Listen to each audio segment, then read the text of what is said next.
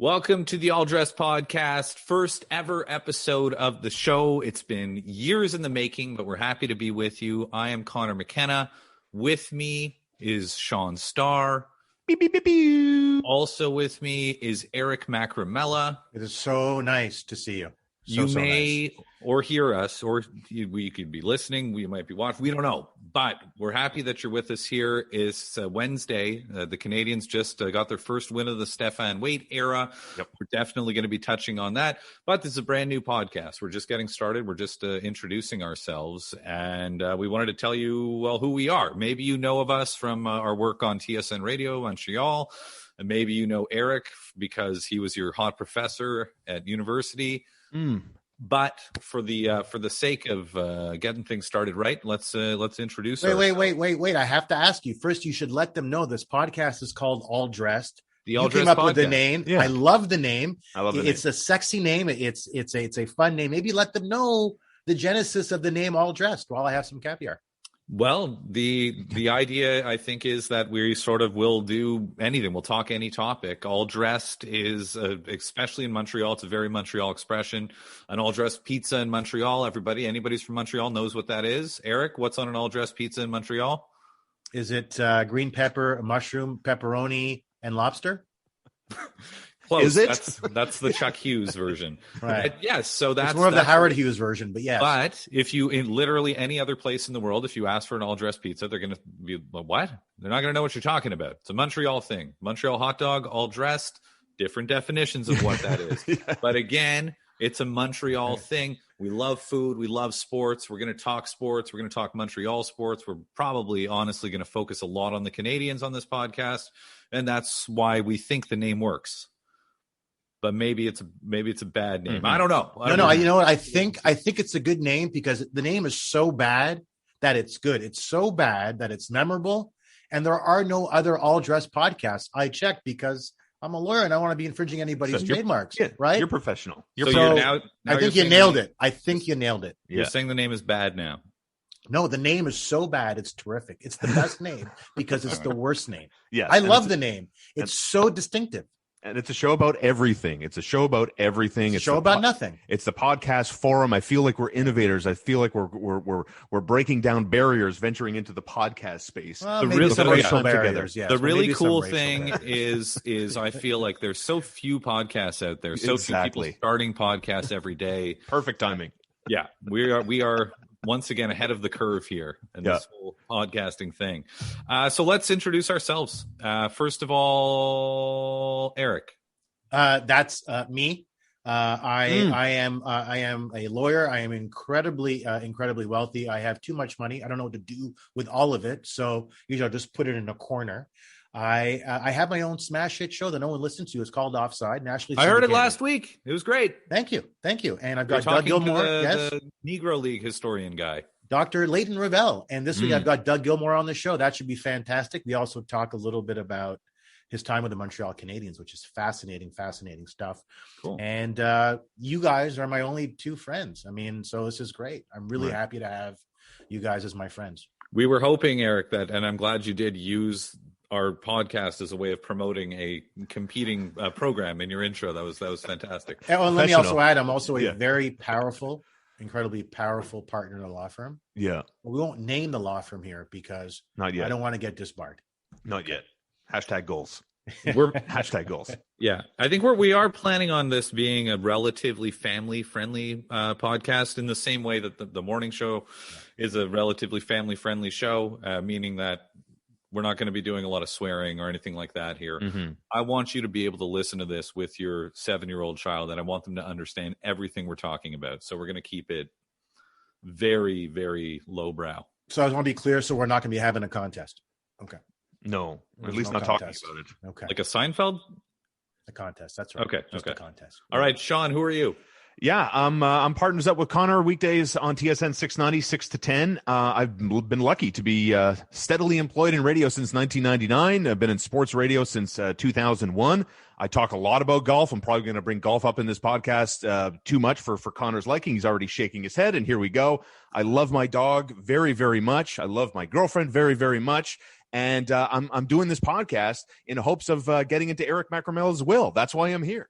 Is it true that you named your dog, whose name is Leon, after the character from Curb Your Enthusiasm? I sure did. Because your dog is a potty mouth? That's right. He is all class. He is all ass. He is the best, and he is definitely the inspiration from the memorable character from one of my all-time favorite sitcoms, Curb Your Enthusiasm. It's a very bad language. We're not using bad language. Strike on one. Podcast. And background, Eric, location-wise, you're based in Ottawa. You're from Montreal, right? Born and raised Montrealer? Correct. So I'm born in Montreal. I moved to Ottawa to article at this law firm that I work at now. I've been here for 22 years. For this podcast, I'm here in my office, and behind me are pictures of my amazing, tremendous boys, along with Jerry Rice and Kurt Warner and Heinz Ward, who before we took the photo, he didn't want to take a photo with us. And we were in New Orleans, and I was down for the Super Bowl in 2013, and we were having a great time. We saw, hey, Heinz, can we get a photo with you? And he said no, and he walked away. His wife grabbed him.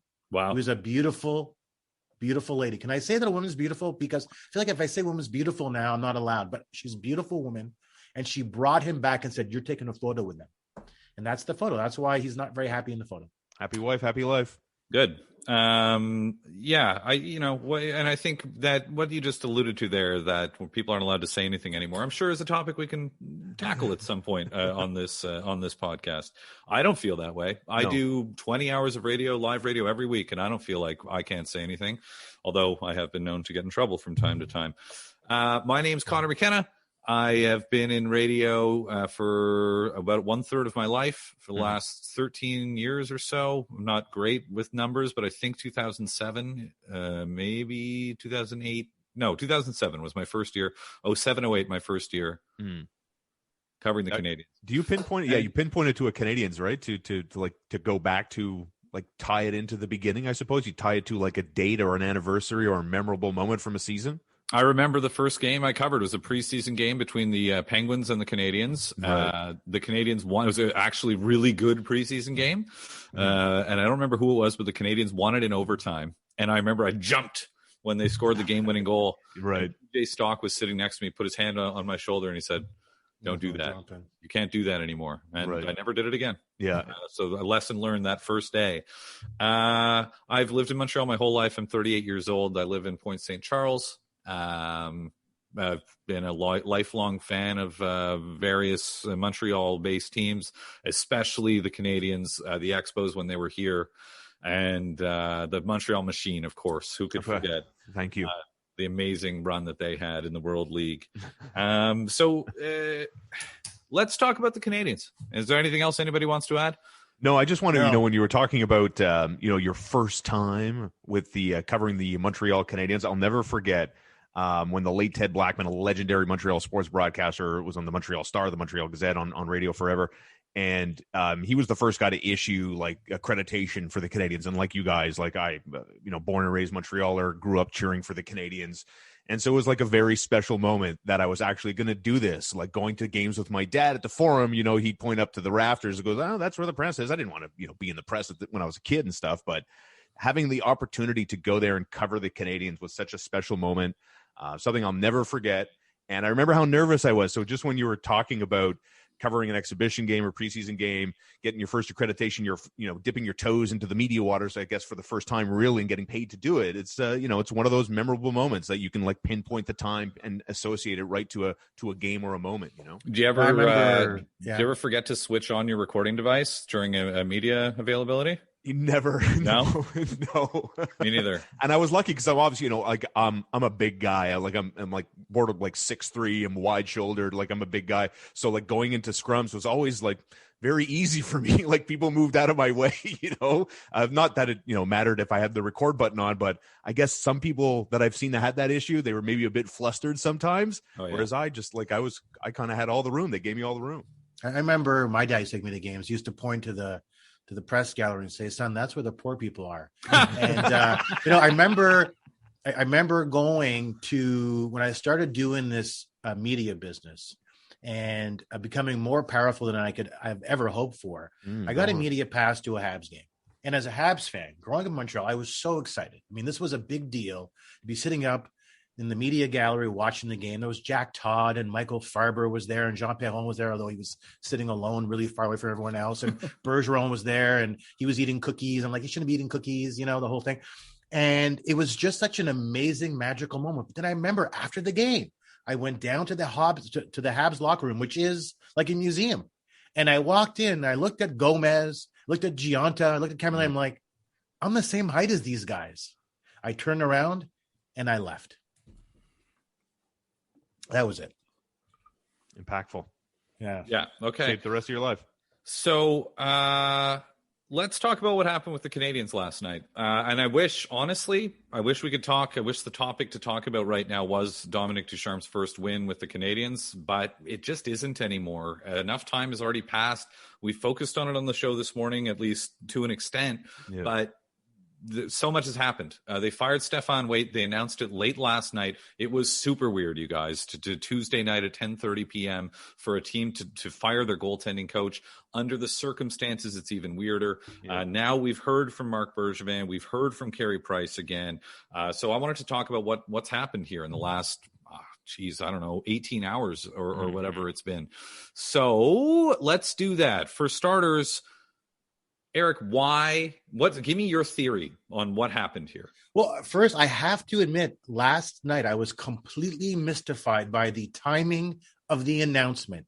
It made no sense, at least on this planet. Maybe other planets it makes sense, but here it makes no sense. And then Bergevin today confirmed that he fired Waite after the second period, taking a page out of Pierre Gauthier's book, who traded Camilleri away, in between periods. And it made so little sense to me, right? And here's the thing, guys. Here's the thing is that, a decision someone makes tells us a lot about them, but what also tells us a lot about them is the manner in which they communicate the decision they have made. And Bergevin communicates that decision by firing him mid-game. And that, to me, makes it kind of feel like Bergevin feels the weight of expectation like he's never felt it before. And there's some sense of panic here on his part. Some sense of panic because he is doing something, which I think we'd all agree made no sense. You don't fire someone mid-game. And plus, this was Ducharme's first win as a coach. Weber gave him the puck. Here's the puck. I sent him crates and crates of caviar. I was so happy for him. But now we're not talking about that. We're talking about Waite being fired mid-game. And I don't. What do you guys think? Does Stephane Waite getting turfed in the second period, is that on the same level as Camilleri and what Pierre Gauthier did a few years ago? No. Okay, no, I agree. It's not, because it doesn't involve a player, but it's still, right? It's still kind of bizarre. It is bizarre. I agree, but it's not the same thing. No, it's not even but it's still inexcusable. There is no way to figure this out. Let me just say something. My theory and why he did this, and having a few more hours to think about it, I think this was strategic. I think he did it on purpose to can him in the second period. That he didn't do it before they took to the ice to play Ottawa on Tuesday. Yeah. That he did it in game as a way to say, you know what, the story about this, not knowing what the future was going to hold, whether his team was going to close out Ottawa or not, but he did it he's taken all the bullets here. He's taken all the bullets. No one was asking before the game. And now it's all about Marc Bergevin. Now it's all about Marc Bergevin's press conference. It's all about Marc Bergevin, Pierre Gauthier. Yeah, but Shaun, the Canadiens won. Shaun, the Canadiens won, and Ducharme won his first game. So he has prevented his coach from enjoying this moment. To me, it seems so ill-conceived. But I think it's better time to do it in game than it is before or after. I think there's something to what Shaun's saying here. I wouldn't dismiss that out of hand. And the way that you lay it out makes sense to me in terms of how Marc Bergevin is thinking about it, right? Yes. It's not, look, he's got bigger fish to fry, frankly, than worrying about Dominic Ducharme absorbing some glory for beating the Ottawa Senators on a Tuesday night in March. Like, it's a nice thing. Congratulations, Dominic Ducharme. But what are we going to do? I mean, throw this guy a ticker tape parade? It's great. He got his first win. I'll tell you what I think happened. Mm-hmm. Having sort of thought about this and having looked at what went down and the timing of it. And I think that Stephane Waite wanted them to roll with Jake Allen. And I think that he said yesterday, probably like everybody else thought, most people thought that they were going to start Jake Allen just because that was the logical thing to do based on the way that both guys were playing, right? Yep. And I'm picturing a scenario where they're talking goaltending. There's a meeting. Dominic Ducharme is there. Maybe Marc Bergevin is there. And maybe this is something that he's been saying for a while is, listen, guys, I'm working with both these guys every day. Right now, we want a W. We got to go with Allen. We're going to have to roll with Allen. And Marc Bergevin says, you know what, buddy? This guy's got 5 years left on his contract. After this season, we don't have that as an option. We need to fix Carey Price. And if your solution for fixing Carey Price is use the other guy, sorry, but thanks, but no thanks. You're gone. Well, Connor, here's the thing. It's a great point. It's fine. Sorry, Shaun. It makes some sense. But here's the thing is that we're talking about two separate things. You're talking about why Bergevin fired Waite. And if Bergevin wants to fire Waite for whatever reason, I'm fine with that because he's the boss. But it's the manner in which you do it. It's the timing with which you make the announcement. It seemed like there's this lack of wisdom together with this level of panic. So if you're a clear mind, you do it today. You do it when the team has a day off. You make the announcement. Why would you make it right after a win? Counselor, why would you fire him? Walk me through it, Counselor. Walk me through the media storm. Well, that's going to cost you a lot of money. Okay, I've got you on retainer. Walk me through. Dominic Ducharme just won. Carey Price made 26 saves on 27 shots. He's let's say he's back on track after one game. Ducharme's got the win, and now we're talking about the day after the GM decides to fire Stephane Waite. Walk me through that. If I'm Bergevin, after having my avocado smoothie, I decide that, okay, I'm going to fire Stephane Waite. I'm going to fire him today on the day off and then make the announcement sometime during the day.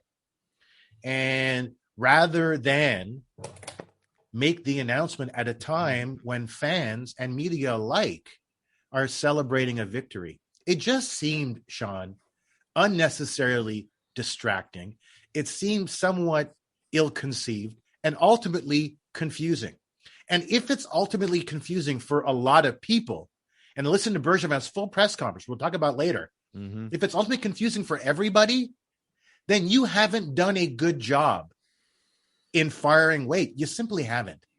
And is that cause for alarm for you guys? Because it is for me. Not at all. I don't think it is. And, I've been as critical of Marc Bergevin consistently throughout the course of his tenure as anybody here. But I sometimes I do feel that it's part of the way that people talk about him is it has to do with more than the thing that we're talking about right now. And this feels like one of those times to me where I'm just like, well, I don't think there really is ever a right time to fire the guy. The way Shaun lays it out for me and the way he explained it, he decided he said on Tuesday he decided, right? So before the game, he decided. Yeah. It wasn't after Zub scored to make it 2-1. He says, get me Stephane on the phone. No, but I'm just saying, so what? So he's made the decision, right? So we'll take him at his word. He's made the decision on Tuesday before the game. Yeah. He's not going to fire the guy and have that become the storyline going into the game. That's right. The guys in the locker room thinking about that going into the game. And by the same token, I think he did. He made a judgment call. Save it to the next day. Why, though? Save it. Why fired it? Because your point is he didn't want to distract from the moment, and he distracted from the moment. No, he didn't. He did it in between. Oh, he did. He did. Lots of distracting everywhere. He got to enjoy, Dominic Ducharme got to enjoy that win for a full hour, I would say, before the news. That's right. That's totally How much time do you want? That is a lot of time. You know what that was? That was a Serena Williams, Naomi Osaka U.S. Open robbery. Stole the scene, stole the spotlight, stole the shine off Dominic Ducharme. But that happened in the U.S. Open final, which is a really big deal. Yes. This is a regular season game against the Ottawa freaking Senators. I'm sorry. Yeah. Dominic Ducharme, with a little bit of luck and some good decisions by those around him, is going to have many more big moments as an NHL head coach that will always be bigger and more important than whatever happened. Is it about taking the moment away from him because that's part of it, or are we just somewhat confused about the timing. I know you guys are not confused. I'm quite because you're both tremendous, huge. You guys are tremendous, powerful people. But for the rest of us lay people, we're celebrating the Habs victory, and then we get this news, and we're like, "Is this what our key decision maker is doing?" What are you celebrating? What's the celebration? I was out rioting. The Canadians haven't won a game in so long. Yeah, I trashed all of Ottawa. It's I don't know. Pandemic. Look, I think if you're going to fire a guy and he wants to control the message, that's important to him. Don't forget, the Canadians want to be the ones to make that announcement. Always, they always want to announce their own news. Yes. If he doesn't do it, then and he's made the decision to fire him on Tuesday, God knows who he's discussed it with. There's a chance it leaks out anyway. Then he doesn't get to control the message. But anyway, listen, it was the right move to make. We all know Carey Price is the only person responsible for it. Connor was saying it on the show last week. Of course. If Carey Price is stopping pucks, Claude Julien is still a coach. Stephane Waite still has a job with Montreal.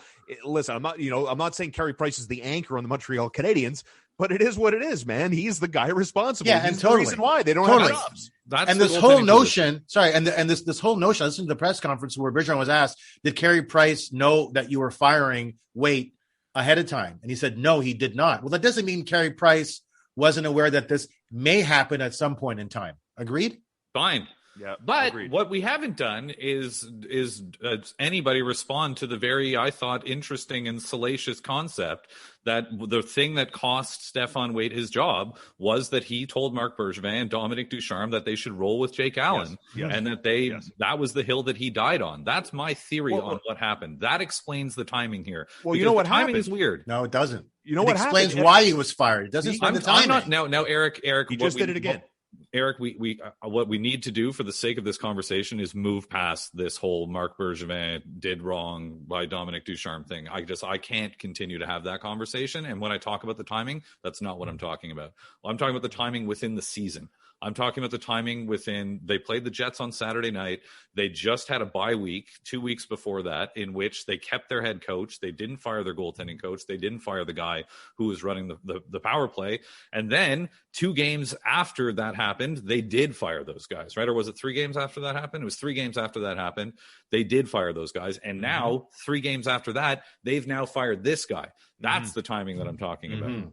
I love the moves. And I'm going to get to your question. I'm going to get to the question you asked before Eric's bulbous beard butted in here and cut me off, because I do think it's a great point. And I do think that Dominique Ducharme and the organization, man, they took the easy way out.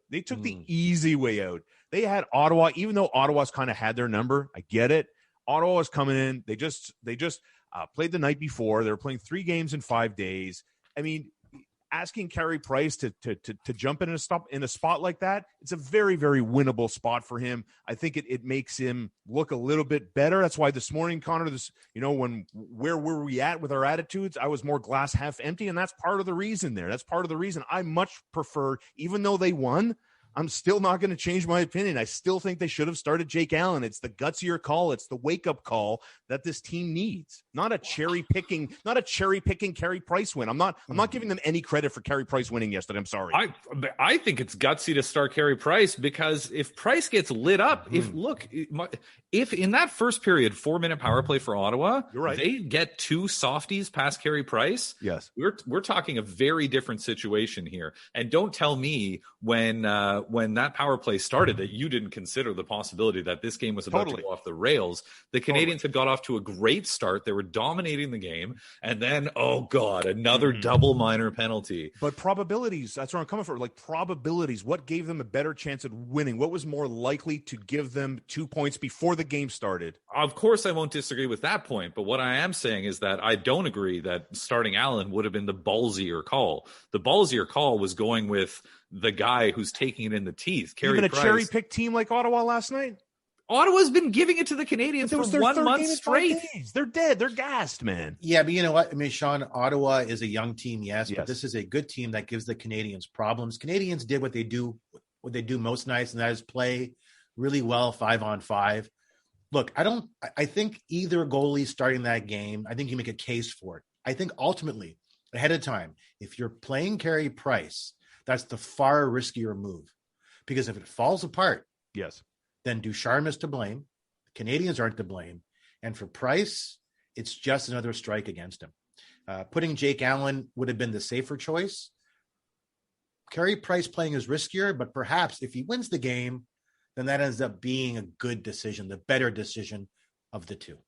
So then is Marc Bergevin running the team? Like if we go back to Stephane Waite got fired because maybe he said Jake Allen was the better path and Bergevin said, not so fast, buddy. That's just my theory. I know. That's what I'm getting back to. That's gospel or anything like that. No, I understand. That's what Shaun, I want to be surprised if Bergevin and Ducharme have conversations about, okay, how do we right the ship? How do we build up our best players' confidence? And this Senators team, this is who you put. This is where you play him. The issue was, according to Wade, I'm sure, is Carey Price isn't ready just yet, and you have to defer to Wade, I guess, in that instance, because he was there for so many years. But bottom line is, Canadians won. It wasn't convincing, but they won. But it's and to speak to that further, to the point that you just made, I think this is interesting. And we talked to Mark Denis about this morning. We chatted with Dan Robertson about this morning too. It's that. It works out in terms of the timing again for what happened here. And the theory is that just like everybody else, from Saturday night onward, when Jake Allen was outstanding for the Canadians, with the possible exception of that overtime goal, he was great, right? I mean, he's looked, frankly, it's going to sound like a bit of an exaggeration, he's been giving them like Vezina caliber goaltending when he he's has been absolutely like, very steady. That's how good he's top been. 5. Yeah, same goaltender coach, by the way. And exactly. So, but what was the conversation? Well, what are your friends talking about on Sunday? What are we talking about on Monday? What are we talking about even on Tuesday during the show before the game? Who do you start on Tuesday night? For the first time, it had really, really revved up for real now. Wait a minute, who are you going to go with? Because of the way nice. Wait a minute, I like that. And I think the fact, and to speak to the timing, that the Canadians are having that same conversation internally. Yep. And Stephane Waite is the guy who's like, no, you got to go with Allen. You want to win this game. We need to end this losing streak. If that's what you want to do, that's what we got to do. We got to roll with Allen right now. We'll see what we can do with Price, or maybe maybe he's doing this emoji with Carey Price. I'm doing the hands in the air emoji for Carey Price. And if he's doing that, right? If your goaltending coach is doing that, what choice do you have if you're Marc Bergevin? You've got this guy with 5.5 years left on his contract. You still owe him $56 million or whatever it is. So long, Stephane Waite, man. We got to try to fix Carey Price. Yep. Oh, guess what? Sean Burke works for the organization. We'll give him a call. We don't even have to give him a new contract. We can just adjust the one that he had, something that Bergevin alluded to today. So it's not a new contract. I think they just gave him some more money or whatever it is. Yep. Boom. Problem solved. And now we don't have a goaltending coach who's constantly telling us not to play our meal ticket. No, and they also, and more important, I think also importantly here is that very much like Claude Julien, I think there's a direct similarity there between Stephane Waite's dismissal and Julien's last week. And that's voices. That's a fresh voice. Things get awfully stale, hearing it again and again and again and again and again. And there's definitely something to that. And that's why I am all in on Marc Bergevin and his moves. I'm defending him. I like the strategy. And he knows, man. He knows the moves that he made. He is all in. And there's no time. Pas de gaspillage. Come on, Z. There's no time. I love how you go from English to French. That is so incredibly sexy. I have said for a long time that Marc Bergevin to me is the Canadians Employee of the Month and has been for 4 or 5 straight months. I've been critical of him during this podcast and elsewhere, respect to the timing of the announcement of firing Waite, or the timing of the firing Waite. But that's a small issue. We're talking about Jake Allen. We're talking about Bergevin. What a great decision it was to trade for Jake Allen. Jake Allen's a great teammate. He's a really, really good goalie. He's solid. And on top of that, Marc Bergevin has done the nearly impossible, and that is to so dramatically change the complexion of a team in the salary cap era. This Montreal Canadiens team is far better than their record indicates over the past 10 to 12 games. I love what he's done. He's done a great job, and Jake Allen looks terrific. But I understand the predicament, guys. Carey Price is your guy.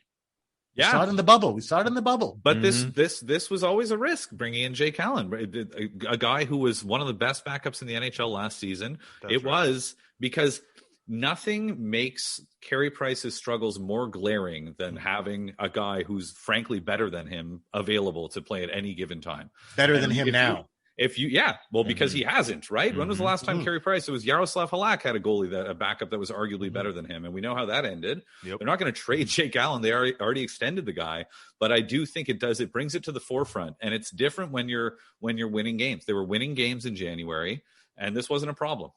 Carey Price, he doesn't look great, but they're winning games. They're scoring 5 goals a night. It's not a problem. That's right. But man, oh man, when you start losing games and when those losses start piling up, that's when this sort of thing comes to a head. And I think that's what we've seen happen here. Well, sure. And that's why I think, very proactive organizations are good fortune tellers. And I think, just to your point, you look at exactly that first month of January, the 7 shorthanded goals, the 4.4 goals per game, right? I mean, they were the talk of the town, not just locally, man. They were the talk of the NHL and what they were doing, and the sustainability, and Toffoli and Jake Allen, right? And everybody was talking, well, it's good. To your point, Connor, it's good. It's a good problem.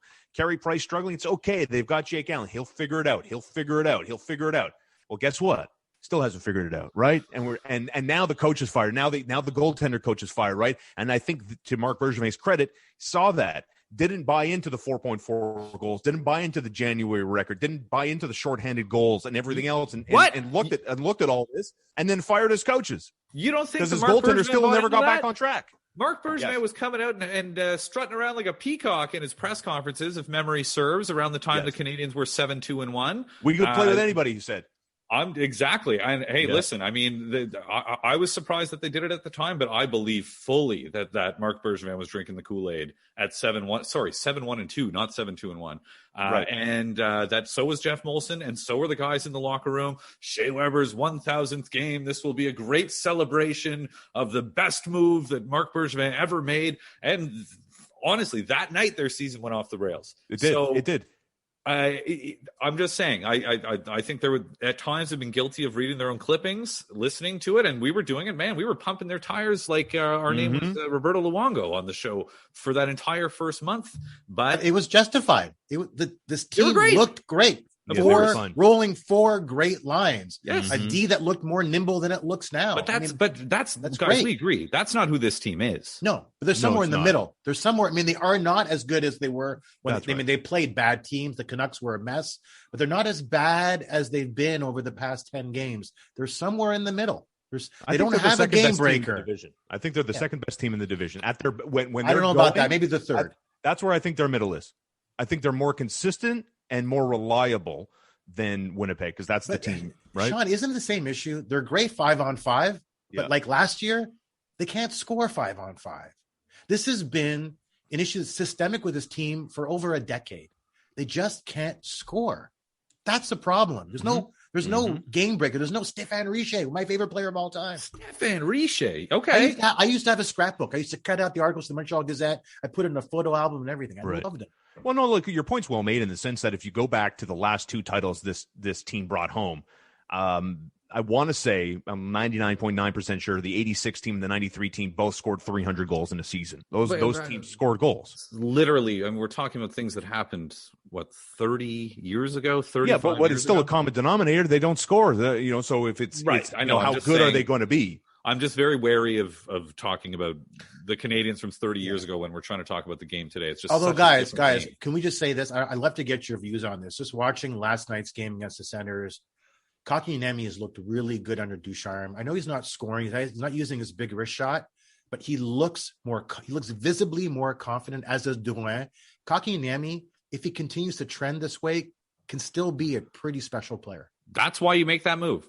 Like in a nutshell, that's why you make that move. Totally. If you're looking at we can talk about the veterans, the goaltending, whatever. But if you want to look at Kotkaniemi, who was frankly, I think, stagnant in his usage, that was very much the same as it was when he was a rookie playing under Claude Julien 3 years ago. And I'll add Romanov to that equation too, man. Coincidence? Totally. Romanov was the first 5 games was a revelation, and he's looked very ordinary worse than under Julien. He looked lost. Drake look at him Batherson last danced night, it pretty right? good last night, though. He had that unbelievable chance that Drouin set him up with. That great play by Drouin to find him in the slot. 100%. And he had that bomb that he dropped on Eric Brandstrom too, right? I mean, that's the guy that we were hearing about in training camp. That's the guy we were hearing about last year. The guy they burnt a year off his entry level. That's the player. Yeah, they need that to happen. I'm telling you, and it just makes me really, really like the firing, as mean as it is to say, of Claude Julien that much more, because I buy into it. I hear what you're saying. I see the same thing. Connor and I talked about it today. Drouin, Kotkaniemi, they look more creative. They look more confident. They're playing certainly with a lot more confidence.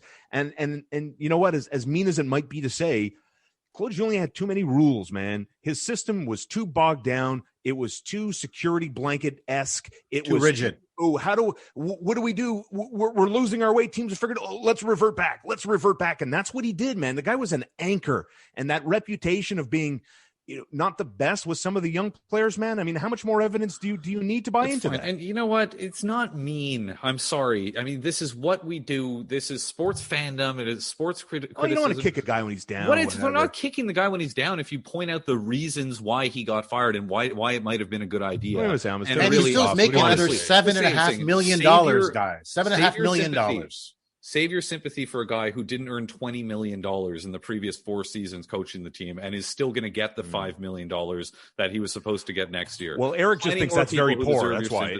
Eric thinks that's very poor. That's a very low sum of money. I mean, I understand that you can do some things with $5 million. Can't do everything you'd want to do, but he's still a guy being paid about $7.5 million over the next season and a half off his contract, so long as he doesn't get another job. If he gets another job, then he won't be paid the $5 million next year, but he won't be. That's why coaches never return the year after they're fired. But while I never like to see somebody get fired, in this instance here, he'd been coached for a while. He's coached for 17 years in the NHL. This couldn't have been a massive surprise. And while I'm sure it's gut-wrenching for him, at the same time, I'm sure he's mature enough. He's fine. But here's the thing that nobody is talking about, Connor and Shaun, and I want to raise it. If I may I raise it? I'm very excited to raise it. I think it needs to be raised because nobody has raised it. Are you wearing pants?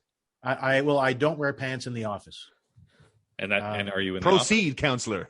All I wear around the office are just silk shorts because the outline is beautiful. Okay, so this is what I want to raise. I want to raise this. Dispatcher, hello, okay, what's wrong, ma'am? Mrs. Leslie Burke, my husband beat me up. Dispatcher, okay. Yeah. Are you hurt? Is your head hurt, Mrs. Burke? Well, I'm missing a lot of hair. Dispatcher, okay. Has he done this before, Mrs. Burke? Yeah. Dispatcher, okay. He's going to go to jail if there are marks on you. Mrs. Burke, Dispatcher, he's going to jail if there are marks on you. Mrs. Burke ends with good. I listened to a 1-hour press conference with Bergevin and a bunch of reporters. It was an hour. And not once was this brought up. Now, I don't know about you guys, but when you raise your hand and hit a woman, you effectively break their soul. Okay, Eric, hang on. Let me just finish. I know you probably raised it on your show, but here's the thing. No. I'm not. I'm just going to tell you, Eric, that what we need to be, and this is my job here. Okay, is I, as a host, and you, what we have to do is provide the context here of what you're talking about, because we've not done that. Okay, so a lot of people don't know what you're talking about right now, and in 1997. When Shaun Burke was playing for the Carolina Hurricanes, right? Correct. Is that right? Yeah. He was involved in a nasty domestic violence incident, which was documented through a 911 call that his wife at the time, I don't know if they're still married or what the story is. No, they're not. So his wife at the time, the 911 call was in this Associated Press article that's been going around today. And there's also some other really nasty stuff in that article, namely Jim Rutherford's quotes about this, saying that this is not a big deal, basically, and that it's between him and his wife.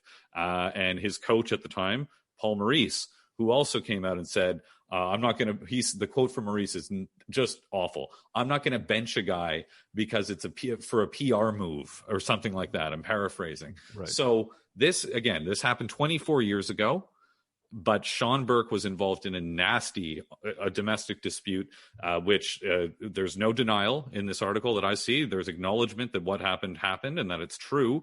There's his wife saying that she's missing a bunch of hair based on the beating that he gave her. I'm trying to think if there's any. And other that this has happened before, and it's happened before. Yeah, repeated behavior. And yes, he ended up. They ended up settling the case. He got 18 months probation and some community service. How far? What are we at time wise here? We started at what time? Was it 38 or? 48? You don't have it. You can't just see on the recording. No. I think we started at 36. Did we? So that puts us at 40 minutes. So we're short for time. Okay. So let's end it on another this. 5 minutes. But okay. So I'm listening to this press conference for an hour, and it was never raised. It's a long time ago, I understand, but it is as important today as it was 20 some years ago. We are owed an explanation. I don't know about you guys, but look, I have no interest taking my kids to games and looking at people or being associated with people that have beat up their wives. Full stop. We're owed an explanation. I'm sorry. Yeah, it was disappointing. Connor and I did talk about that, and I think it was off the air where we were looking at the quotes. I didn't bring it up on the air. No, I know. It's disappointing that it wasn't brought up, and it's a sensitive topic, because it's a media thing, and my perspective on hockey journalism, especially for those that cover a lot of local teams, I think they're in a really tough spot. I really do. It's not because they don't have morals or they check them at the door when they get their accreditation. I think it's access, and I think they need access to do their jobs to the best of their ability. And I think, I'm not speaking for all of them, and I don't want to throw anybody under the bus, but I think some don't want to press those buttons and don't want to ask those hard questions for fear of lack of access or being there's going to be a pushback. For sure, 100%. If you bring that up at a time like that, but it's worth noting that Shaun Burke has had a life in hockey since that day. As you could tell from reading the article in question, that his bosses at the time, his coach and his general manager, both went to bat for him when it happened. Yes, in the very short aftermath of this happening. So disturbing. And look, the hockey community, and they're not alone in this, is guilty of really being willing to turn a blind eye to some of this stuff. I mean, what? Look, Rob Ramage works for the Canadians, does he not? Yeah. There's a guy who's got some skeletons in his closet as well.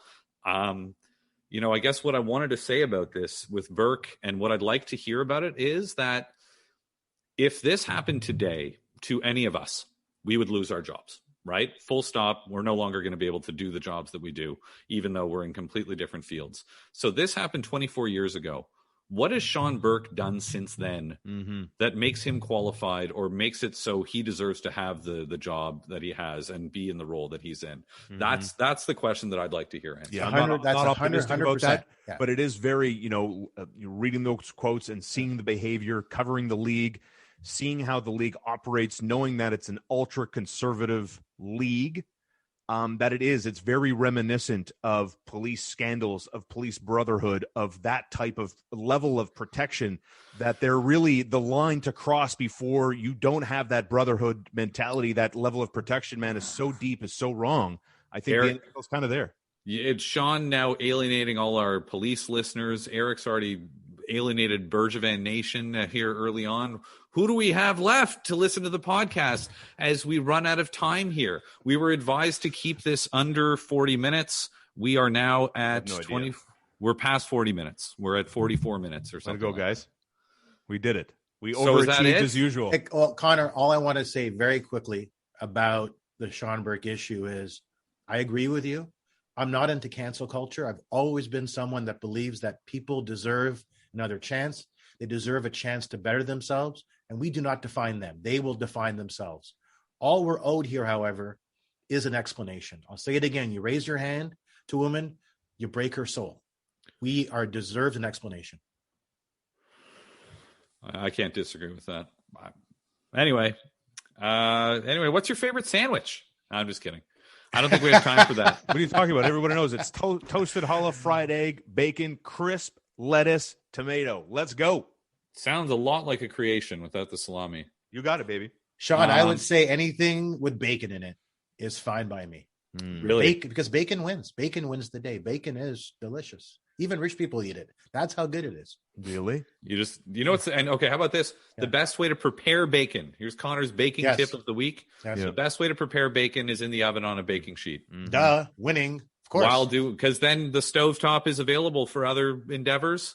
And is there anything better than just opening up? Oh, look at this. It's magic. The bacon is delicious. Ready. A great feeling. And not only that, you're also not assaulted. You're also not assaulted by the grease, right? When you're doing it on the thing and it cooks evenly, it's so clean. Soft. When I discovered bacon in the oven about 5 years ago, I'll be honest, like this beard, it changed my life. Were you delighted when your butler brought it to you? Here you go, sir. What was weird about that is that my butler was prepared. What was weird about it is that my butler was sick, right? Yep. But my butler's butler, because that's how we're sharing, because my butler has a butler. My butler's butler brought me the bacon, and it was fantastic as he fed it to me. Let me tell you. That's it. That's the first episode of the show. I hope you liked it. If you do, please subscribe, rate highly, and do the things that one is supposed to do with podcasts. And thanks for giving us a shot. We're going to keep doing it until we get shut down. Cancel culture. Until the cancel culture comes from us. Have a great week, and we'll talk to you soon. I love you.